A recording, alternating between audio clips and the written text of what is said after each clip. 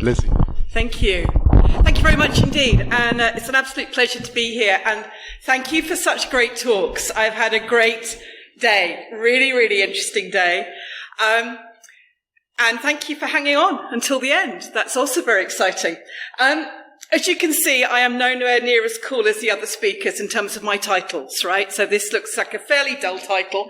What I really hope to achieve, though, over the next sort of 40 minutes is to get you to stop and think a little bit, get you to challenge some of the things that you perhaps take for granted, like people are the problem, like people are the weakest link, like we could make security work if there wasn't people in it. And I know that you don't really think that, but I also know, because I've worked in security for a long time, that we default to that as a community. And I'm going to put the emphasis on we here, because I'm as much as a security person as everybody else. I just come at this from a little bit of a different angle. So what I want to do is I want to, first of all, orientate you to the position that I'm coming from, the direction of travel. Otherwise, this is going to be a very confusing talk, and get you just to get where I'm coming from.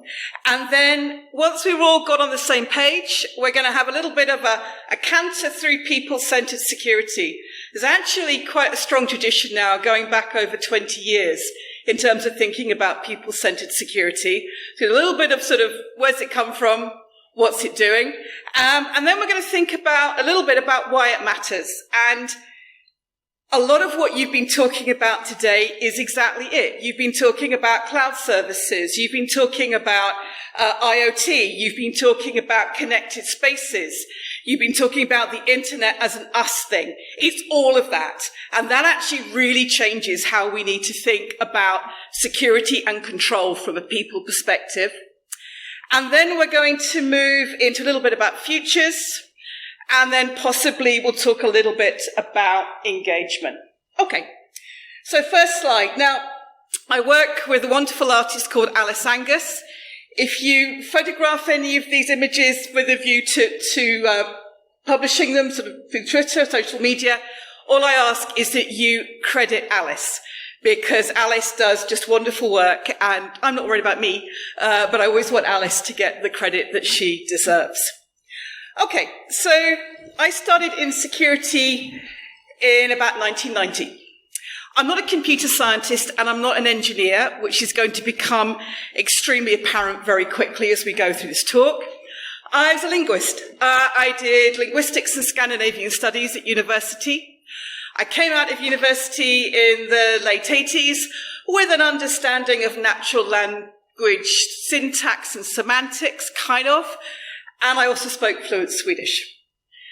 That makes for an interesting career path. I wound up working in computers because they were hiring, and I wound up teaching on the Unix equivalent of Office, Uniplex, if anybody ever came across it. And 1990, I'm working teaching spreadsheets, and the Swedish military rock up, and they have using AT&T's MLS, so they're using a secure operating system, and they want this Office stuff to run on AT&T's MLS. And one day I'm teaching spreadsheets, the next I'm part of a porting team trying to work out how to get this software to work in a restricted environment. And that was me in security, and I haven't left since because I think it's fascinating. I went on to work in access control systems. I went to work for a Unix access control systems company, who then started to branch out into forerunners of PKI. Moved from there into security management, worked for a large organization with their security management, and then moved into accreditation and certification. So far, so normal. It's a pretty normal career trajectory. So 2007, 2008, I moved to RHUL Holloway as an academic. If you'd met me, if we'd had a conversation with me in 2007, I would have told you that information security compliance is a public good. It's important that we protect our information. It's important that we look after our systems, because if we look after our systems, then we ourselves become protected. That's what I would have argued. And I kind of argue that today, but we have some different perspectives on it. So if we look at this picture from Alice, I love this picture because the coloured in parts represent how I would have thought in 2007. I would have thought, well, obviously I'm not an engineer, so I would have thought that we had cogs, but moving on from that point, I would have thought about the security of the individual elements. I would have thought in terms of the OSI layers, and I would have thought about securing from the base, and I would have worked upwards, and I would have thought about the different security that I put into those layers. The people would have been the things that make the systems work, and they would have been an extension of the system. Obviously, we treat them nicely because that's what you do. You treat people nicely. But we would have encouraged compliance. We would have done policies. We would have done training and awareness. But the whole purpose would have been to work with them, to work as the system wants them to work, to comply, to align with the security of the system. And I wouldn't have had any interest in the parts that are greyed out. I wouldn't have had any interest in the sorts of lives they led. I wouldn't have had any interest in the relationship they had with their employers. I wouldn't have had any interest in how they feel about big, powerful institutions. All that conversation, that brilliant conversation we've just had, I wouldn't have had a clue about its relevance and its importance. I go off to RHUL Holloway. I was going to teach information systems. It was going to be the same thing. And we were awarded a project called VOME, Visualization and Other Methods of Expression. And the purpose of the project was to understand why people disclosed what they disclose online. And I was doing the systemsy bit. But we were working with Sunderland City Council. Anyone been to Sunderland? Oh, okay, what? Sunderland is actually a real sort of trailblazer when it comes to digital civic environments. In 1980s, they started with the Electronic Village Hall. By the time I got there in 2007, 2008, they were really pushing with digital online services. And for them, politically and philosophically, digital engagement was a form of empowerment. This is just before the financial crash. Let's just keep that in our minds. And I started working with groups across Sunderland. Sunderland is one of the more deprived areas in the UK. And I start working with community groups.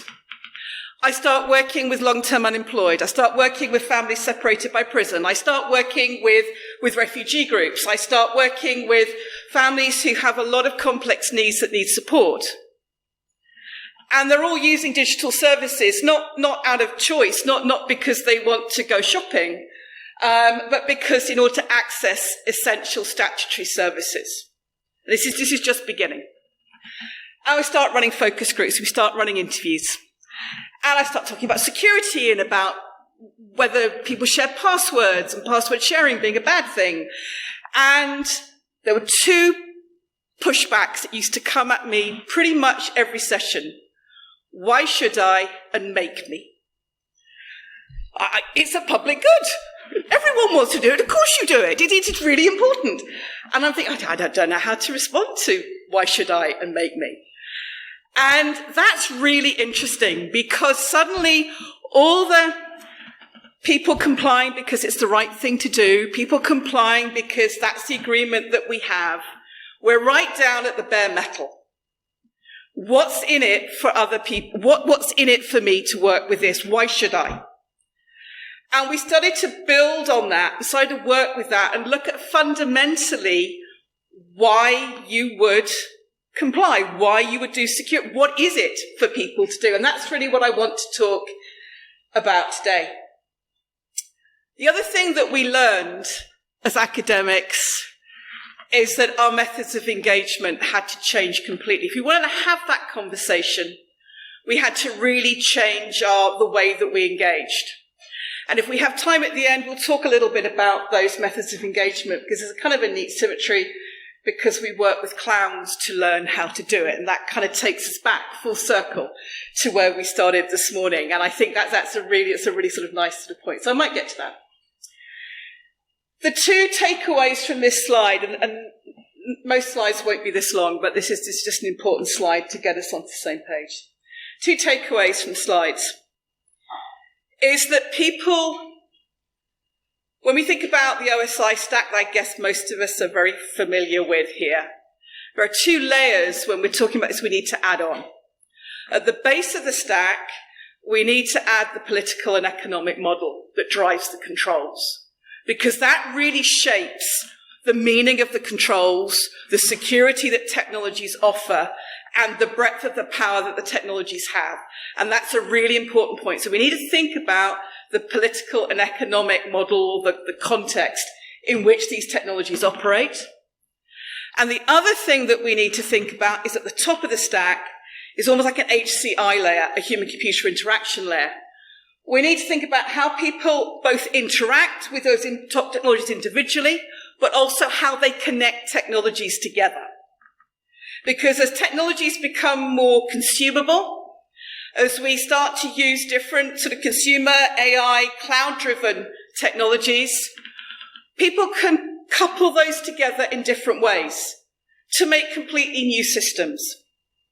And one of the really interesting things that we learned is how people were putting what we think of as discrete services, bolting them together, initially with things like Dropbox, but now we move on, they become more sophisticated, and they can start to create whole platforms made out of different systems, sharing information, moving information across this platform that we hadn't even imagined, for purposes we hadn't even conceived of. And there's a really interesting challenge about how we work with that. So, how does people-centered security help us? Well, usable security, the tradition here is that we have with security technologies is that security technologies are typically uncaring. They don't care about people. They're kind of indifferent towards users of technology. Now, actually, I think that's slightly unfair. If you go back to papers from the early to mid-70s, there was always a voice that knew that people mattered. It was a question of how you articulated it, how you brought it to the fore. But we moved to the mid-90s, and it was really clear that usable security was beginning to get a voice. It was part of the HCI movement. It wasn't driven from academia. It was driven from industry. And it was this idea that security technologies were designed for the users, not against them. Users weren't the enemy. That security technologies had to include usability design and testing, and also consider user needs as a fundamental part of the system. We start to see papers, we start to see arguments really also coming from, not just coming from academia, but also being driven by individuals that had a foot in academia, a foot in standards, a foot in industry. Yes, that gives us 3 feet, but you see where I'm going with this, right? So they're spread. There's really interesting people that start to argue this.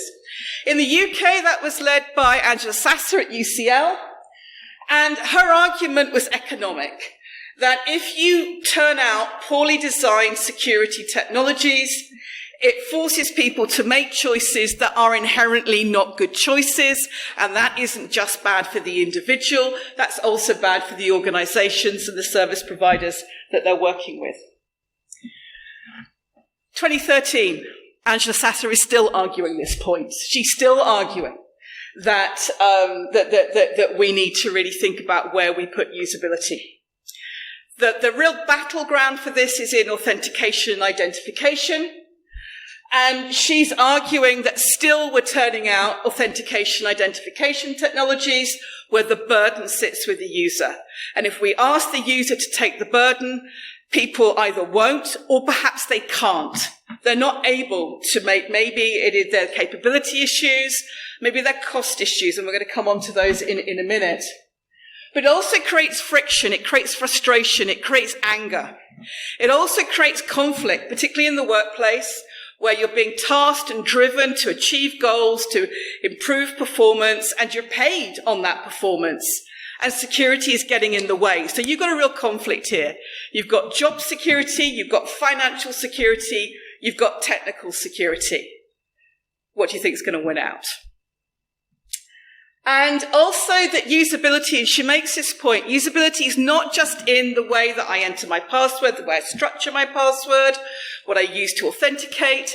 Usability is also in the messaging. It's also in the packaging. It's also in the support. So she's beginning to pull the surface of the system. She's beginning to make that wider. And this authentication identification battleground becomes the beginning for not only usability, but also accessibility and inclusive design. So we're beginning to see that come in 2013. And there was a growing body of literature, and all the time this literature is pulling the surface of the system wider and wider. So we started with the way that I interact, hands on keyboard, then we start to think about messaging, then we start to think about service design, and now we start to think about how we work as a network, how we collaborate with security, and that starts to emerge. How we communicate with each other across a network to agree what the goals and the values are. We start to think about how probably things that you take for granted, risk assessment, audit, training and awareness, is also a way in which we communicate what has value and how do we do that communication. So it's coming wide, it's beginning to come wider, it gets support. So there starts to become recognition with the research institutes, so particularly the Research Institute of Socio-Technical Cybersecurity, that's part funded by NCSE, that engagement is important. Trust and communication channels, how do we open those up? And of course, these are really important now because we've got rid of a lot of our face-to-face interaction.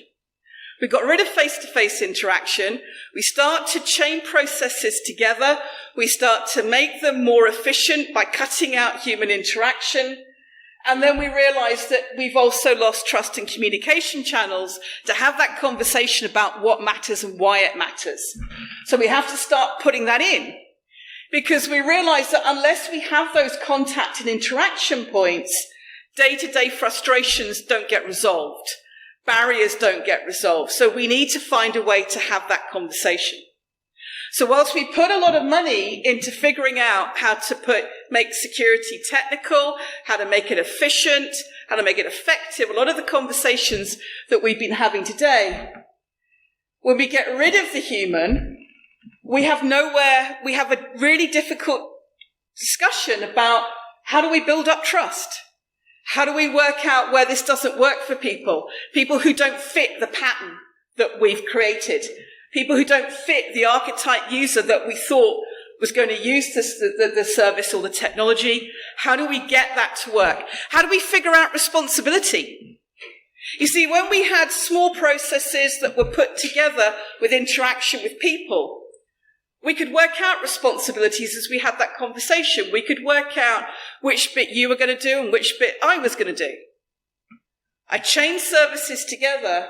I put these as one task after another without interaction. And if I don't attend to who has responsibility for what, I wind up with a problem when either it doesn't work or where it doesn't work as it should do, or it doesn't work in a way that works for me. So you start to get real anger building. You start to get pushback. You start to get these friction points that Angela talked about are not friction points. They become sort of friction fields, if you like, that we're working with. And that starts to cause unexpected results. It starts to cause anomalies. It starts to cause problems in services because we can't work out where these problems are coming from because it wasn't in the design, it wasn't in the assessment, it wasn't in the testing, and now we've got problems in the way that services work. 2017, NCSE start to make the point that we have to get human factors not only into technologies but also into security policies. And this phrase, every solution must survive contact with the user. And what does that mean? And who is the user? Because there isn't one user, there are many different types of users. It's not a universal user. There are lots of different types of users. So how do we take that on board? This pushback that this isn't about the weakest link, it's about working with people. It's like a sports team, all the players. We can't say they're all weak. We have to work as a unit, as a team. And we start to get this strongest link argument coming out from NCSE, and we get U-shaped security. All right. U-shaped security is a downloadable piece of guidance from NCSE. And what's interesting about it is it's not like normal guidance. It starts with the observation that people shape security. I think we could possibly argue that people shape security, but also technology shapes people. So there's a back and forth going on there. It's not about just agency with people or just with technology. It's actually about the interaction between the two. But then it makes the point that security starts with engagement. This is a recognition that we don't just have a user, that we have lots of different types of users. We have people in different contexts, with different constraints, with different goals. And somehow in our security design, we need to take account of that variety, of that plurality. And so we need to put a lot more emphasis on engagement. We need to start to understand what are the security issues that people face, rather than going to people and going, these are the issues I want you to be worried about. These are the things I want you to do, but to also understand what's causing issues from the perspective of people. And then it's also about dialogue and engagement. It's not about one-way translation. So there was a brilliant point earlier about educating people. I think you're absolutely spot on. But there are lots of reasons why people can't do what we're asking them to do. It might be because that's just not how their job's set up. It might be because they don't have the resources necessary. So there was a brilliant point about accessing GPs. Accessing a GP virtually not only requires that you have a smartphone, but that you've got enough data on your smartphone. So when I work with families, particularly in economically deprived areas, it's interesting the way families work. Often, the youngest people in the family have the best spec'd phones. Older people have much simpler phones.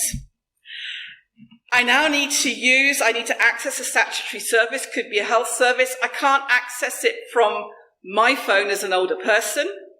So I've now got to negotiate access with my 13-year-old son. I want to take data off him. I want to use the phone. I want to share some really sensitive information and possibly some photos. And I need to do that from not my phone, from his phone. That is a serious security issue. It really is. Particularly, some of us, that might be a cause of amusement. If you're in an adversarial relationship with your son, this could actually be a serious flashpoint. This actually could become a point of leverage in what's already a very difficult relationship. And this is real. It's happening. I'm taking an extreme example, but you see where I'm going here. That actually having access to, it's not just about having access to a piece of kit, it's about having access to the network. It's also about having space in which to access it. When we looked at home working, we looked at home education during COVID. It's not just about having a laptop with a camera and internet, it's also about having enough space in the house that you can do the work. I don't know how some of my colleagues survived. My kids are a bit older. But, holding down a job, teaching, with 2 kids doing homeschooling, with 1, 2, maybe 3 rooms to live in, and I'm cleaning the kitchen. This is just, and to do that for months on end, I think they will deserve, they're just heroes. And to still be standing is incredible. So we need to understand much bigger understanding of what constitutes usability and accessibility. And it is not the lone wolf game. This is collaboration. Collaboration between technologists, but also collaboration between users. And we saw this again during COVID. That if people in resource-challenged environments were to get through digitally, they had to collaborate. They had to start sharing resources. They had to start sharing understanding, start sharing know-how, and sharing how to keep themselves safe online. So usable security in the last 20 years has come a long way. And U-shaped security was really a sea change, a really important sea change in the way that we we think about security, where the start point is. And it gave space, whatever one's views are about our security institutions, it gave space to the fact that engagement, interaction and dialogue is important. Which brings us into why it matters. Okay, so this is a cross-section from one of Alice's pictures, and this is really highlighting how technology is in and around all of our lives. We're working at the top of this picture, we're shopping at the bottom, we're travelling, we're communicating with our environments, we've got bits of legacy security kit here, we've talked about all of those today. We have an Amazon drone up the top.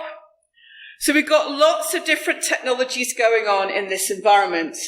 Picking up data, sharing data, us generating data, using it for home, for work, for getting about.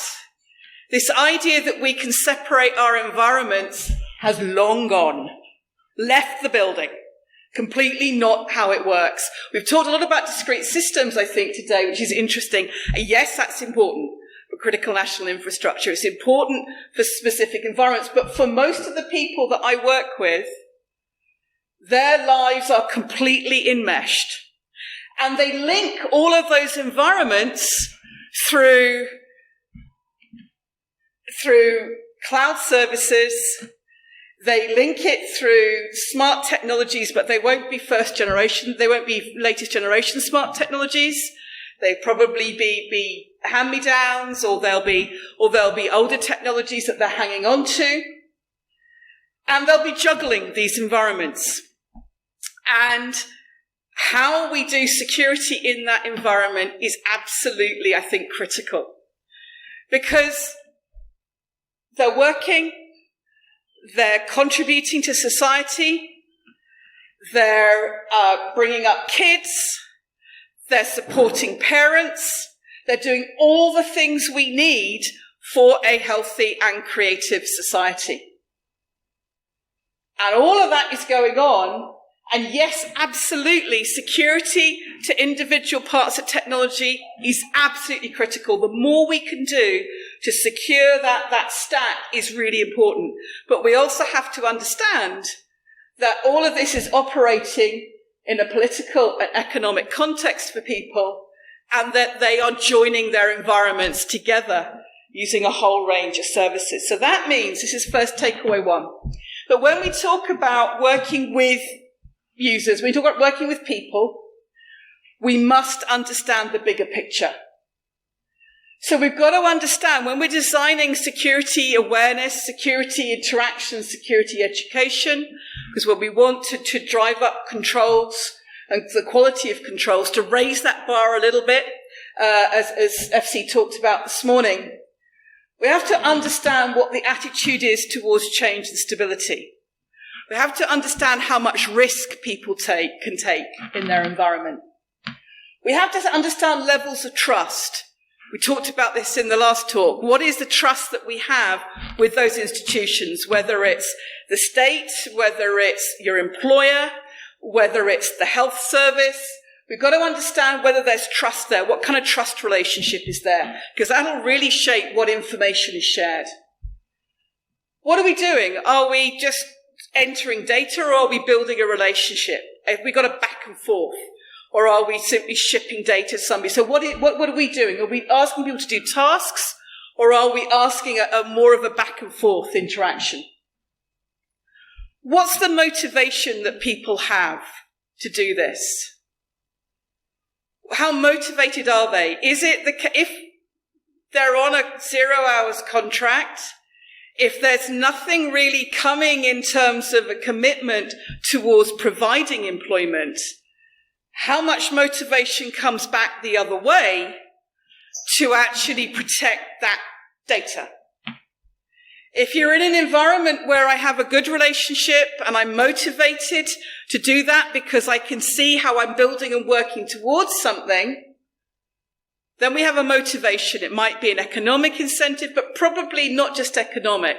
There's also a social values perspective to this.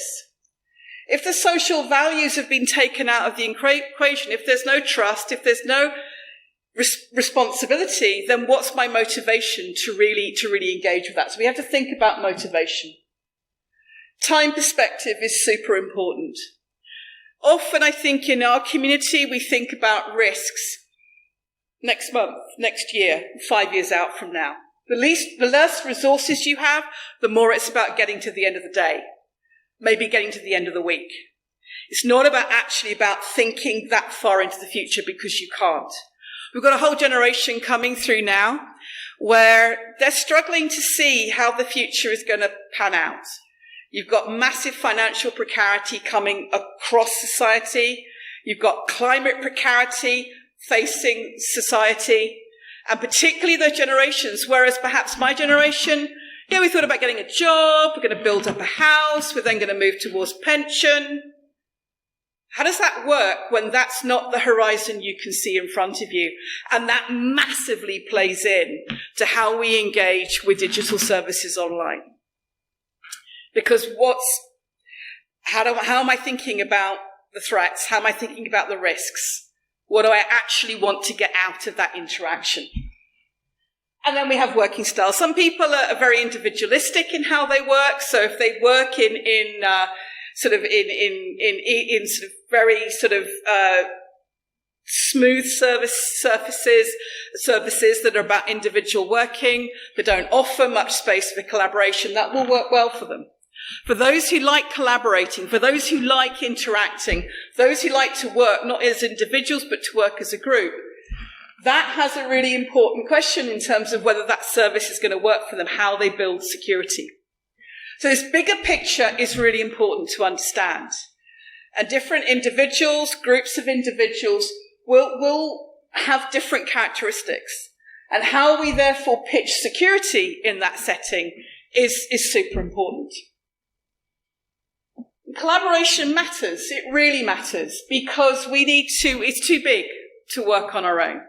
These are not individual controls. One of the things that has been screaming at me all day is how complex this is, how complex these systems are. We can't manage this as individuals. We have to collaborate. We have to collaborate in teams. We also have to collaborate with technology. We have to work together with technology to respond to a lot of these issues. So once we've worked that out, we've worked out how we're going to build collaboration.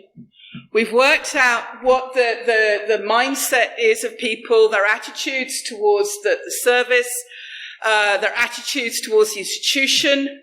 Once we've understood what their motivation is for security, once we've understood what their constraints are, we're then into something that Mikko Shapponen, a security scholar, had really talking about from the early 2000s, that it then just isn't about pushing controls onto people. So once we've got an understanding of the sorts of controls that are going to work, how we're going to frame them, we need to work out whether what we're asking people to do has self-efficacy. Are we asking people to do things that they can actually do? So a really good example of this is multi-factor authentication. Somebody who's visually impaired, multi-factor authentication can be massively problematic, because by the time the text-to-speech reader has articulated what's necessary, that box has already gone. And before you know where you are, you can, depending on the setup, you can become locked out of services. So multi-factor authentication works for some, but it doesn't work necessarily for everybody. Normative beliefs. Are you asking somebody to do something? Perhaps it's surveillance, perhaps it's tracking, perhaps it's auditing movements. Is that conflict with the beliefs that they have? Is this a threat they can relate to? All right, so you're asking me to update my firmware. You're asking me to update my IoT device. Why would I care? I want to boil the kettle. I don't care whether it's been patched or not. You might be worried about a botnet, but why am I worried? As long as I can boil the kettle, get my cup of tea, and get the kids out in the morning. I don't care whether my smart kettle has been patched or not. Response efficacy. So you've asked me to do all that. Is it actually going to protect me? Am I actually going to get the protection that you say I'm going to get? And one of the brilliant things about today is that you've provided lots of examples of how I might shut the front door, but actually people can get around, under, across the controls. People aren't daft. Are you actually asking me to do something, or is it just compliance theatre? Is that something that you need me to do because I need to tick a box? What is it actually doing for me? And then visibility. Is this something that is visible, is part of my everyday life, that I actually have sight of? And increasingly controls are partly hidden, they're partly submerged. It's really important that people have visibility of the way that they're being controlled. So once we've got through that lot, we've ticked boxes and people, they're willing to comply, we then need to get to the actual compliance. There has to be reward, there has to be a benefit to doing it, and there has to be clear sanctions if it doesn't work. So when we talk about education and awareness, we need to look at that bigger picture, and then we need to think about the individual controls that we're asking people to do, and we need to think about, first of all, whether people can comply, whether it ties with their view of the world, whether it ties with threats that relate to them, whether it's actually going to do something for them, because it will come as a cost. And then we have to look, once we get to the point of deploying a control, we have to be really clear and honest, really honest about what the benefits are, and also what will happen if it doesn't work. Okay. So that's the backdrop. If we're talking about people and security, we're talking about making people aware, we're talking about getting people to do the right thing. Those are two aspects that really need to be kept in mind. But we have this wider space. And without doubt, this type of work has really changed the way that we engage. One of the things that it's done is really got us to think about who or what is being secured. What is actually being secured here? Is it the company's data? Is it the person's job? Is it the health and safety of employees? Is it the well-being of an individual? What actually is being secured here by a control? Because, of course, initially it's the data, it's the computer, but what does that stand for? What does that mean? And that actually really came up with the metaverse talk. That's a really important dimension for the conversation when we get into multi-dimension security. Who or what is doing the securing? Is it the technology, or is it the fact that we all sign up to the goal and we'll use the technology to do it? So what's really the active ingredient in doing the security? Sometimes it's a technology. Sometimes it's a will to work with that technology. Sometimes it's more values and normative beliefs. So really understanding what's really got the securing power. And that's super important, because if you want to tighten up a control, if you want to tweak a control, you need to go to the bit of the control that's actually doing the main part of the work. Why do you want to secure something? Let's be honest. Why do we want to secure something? And that's a really important conversation, particularly as people have more and more options to opt out of the infrastructure that they're working with. And what are the threats? And it's perfectly possible to have multiple answers to those questions and to develop ways of doing security that accommodates different answers to that model. But we at least have to know what the answers are. So how do we do that? Lego. It's obvious, isn't it? Lego. So back in about 2012, we started doing some risk modelling. It's part of a project called Trespass. And we did some risk assessment. And this, of course, you know what this is. This is an IPTV micropayment system. That is, of course, what this is. And it was a small community organisation that was looking at rolling out micropayments over IPTV television, because that's a television, of course. And we did a regular risk assessment, and they all took part, the service providers all took part, and then we went back the next week and we done the analysis, and they didn't relate to what was on the paper at all. So I worked with a researcher called Claude Heath, and we had a couple of failures, and then he thought about Lego. And he brought a box of Lego in, and he worked with the service providers and the intended users of the service and some of the regulators to model the service in Lego. And that was it. We were off using Lego, and it was amazingly effective. So the blue, just to sort of translate it for you, the little blue dots, that's data.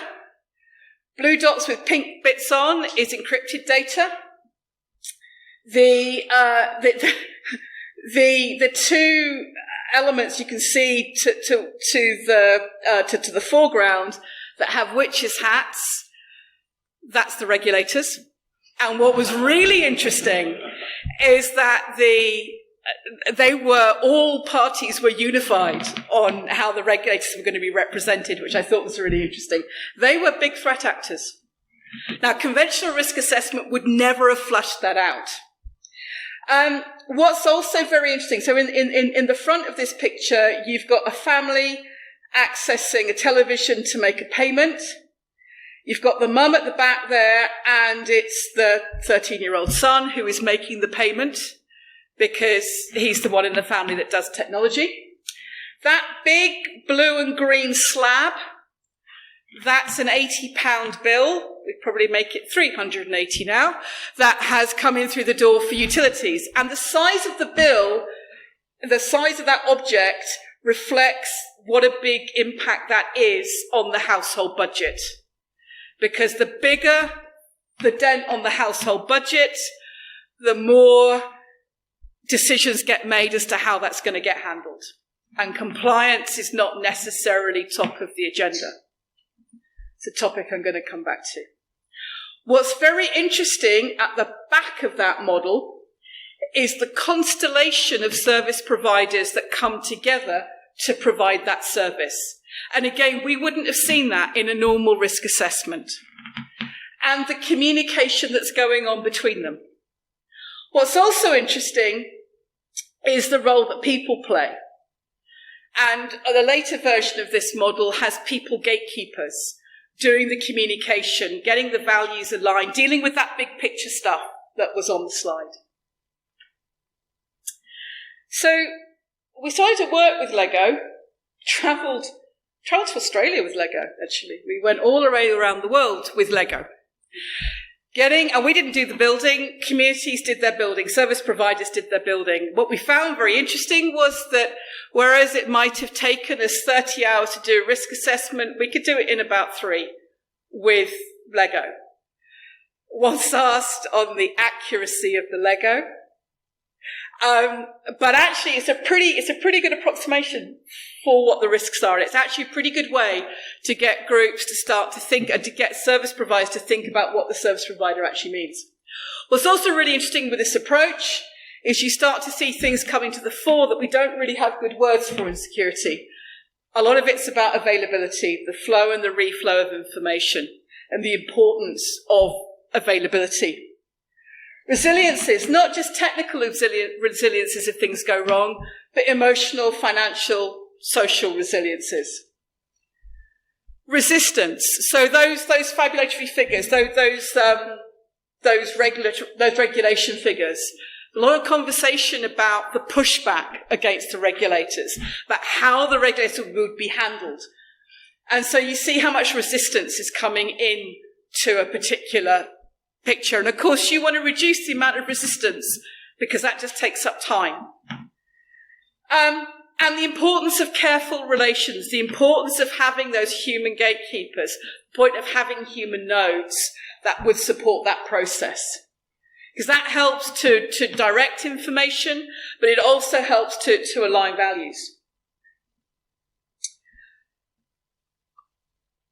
And the other really interesting thing about the Lego was that it gave people a sense of perspective, because we would put them onto big long tables, and actually the service providers would see just how far away they were from the endpoints. And that was a real shock. They hadn't in their minds thought about the distance between them and the people they were providing services to. And there's something really interesting about walking around a Lego model and seeing what you can see from different vantage points. And it really helped to move this idea of distance, this idea of not all being on the same page, this idea of people having different goals, different objectives, different outlooks. There's also a way, if we did that interaction properly, of bringing up missing and hidden voices, people who aren't usually part of the discussion. That's always been a big part of our work since we started in 2008. And understanding how people see security differently. You can't solve it with Lego, but you can at least get it on the table. You can actually at least see where the conflict points are. And we then started to see if we could use Lego to measure the effectiveness of controls. Bear with me. So Claude started to digitize the Lego images and started to see where we get clusters of responses and attitudes and feelings. Started to build bar charts around the different types of controls, the different roles that people played, whether these were security roles that were about protection or whether they were security roles that were about enablement. So here, for example, you've got the different roles that people play, but you've also got at the top here, you've also got the number of supportive keywords around those roles. You've got the amount of adversarial, where people see this as adversarial. You start to also see which bits of it are infrastructure, both social and technical. And you also get to see how much the data is actually flowing through that infrastructure. So these are just ways in which we've played with, experimented.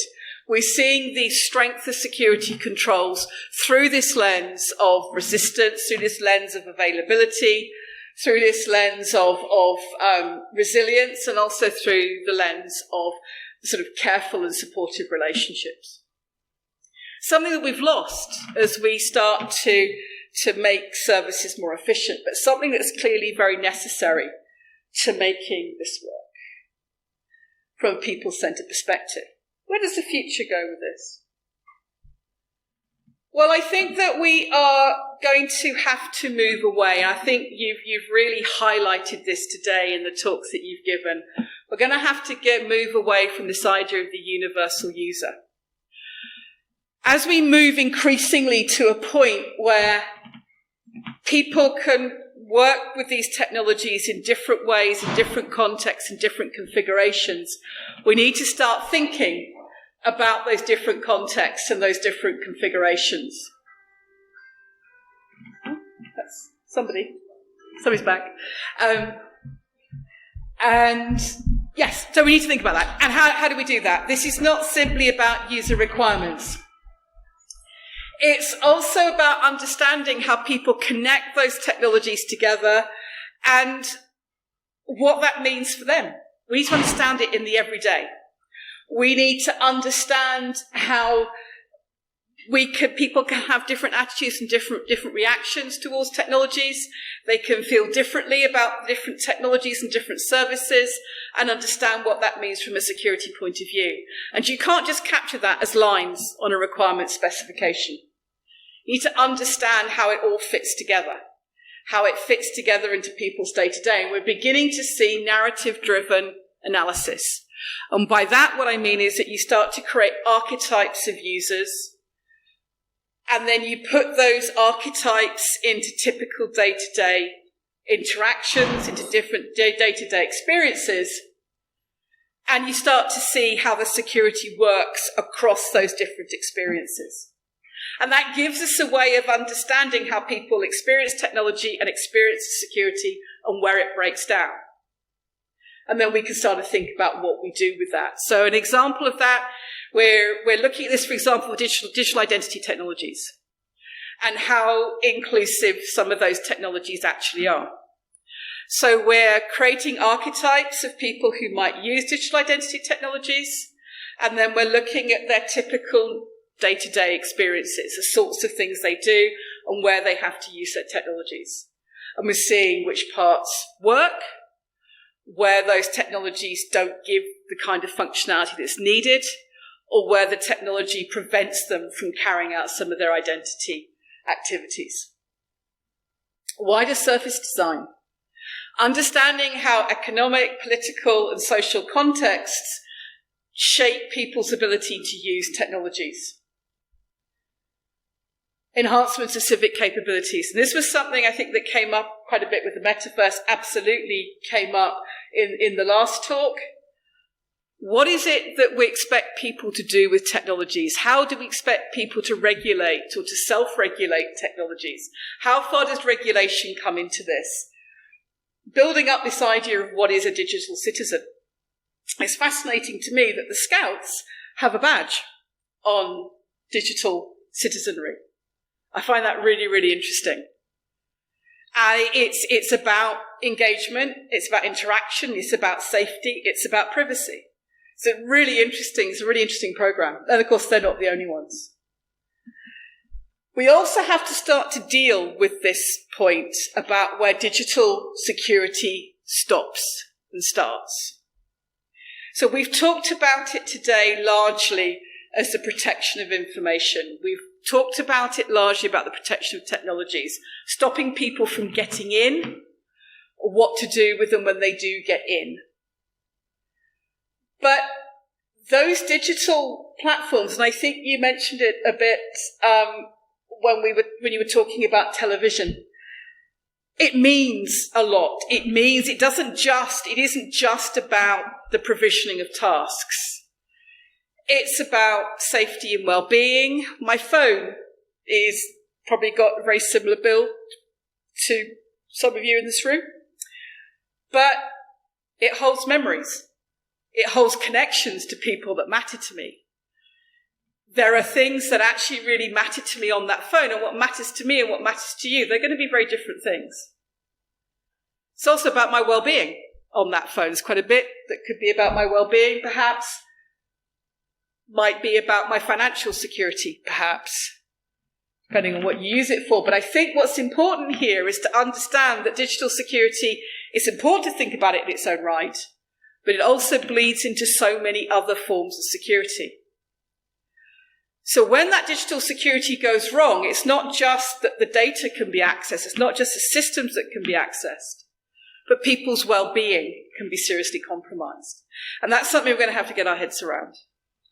Because once people lose trust in the technology and we've given them no out, at that point we are stuffed.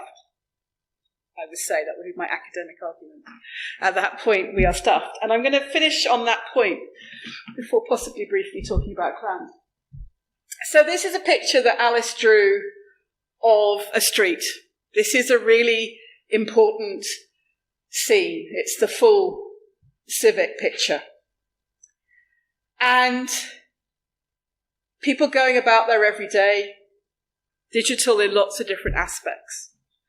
And what makes that scene a safe scene, how that is civic safety, is because we're all pretty much swimming in the same direction. We're all pretty much signed up to the same principles, I guess.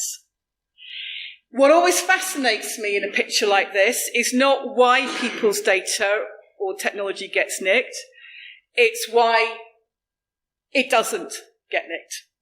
That's the fascinating question always. How come it works? How come payment systems work? I'm truly mystified by how that works. Particularly listening to you all today. I mean, how does this work? And the reason why it works is because, broadly speaking, people will sign up to the rules of the road. We're coming into an autumn and a winter where people are going to get stretched in ways that we can't imagine. We're going to get stretched in ways that we can't imagine. And our social contract with the institutions, powerful institutions, is going to get tested, quite possibly like they've never been tested before.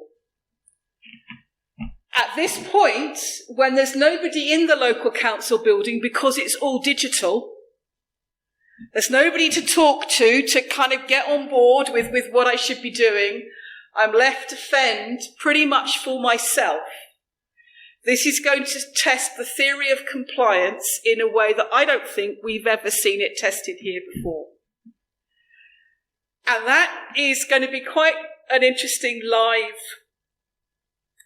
lab, really, to work with, to understand what happens. Things are going to play out in ways that we can't foresee now.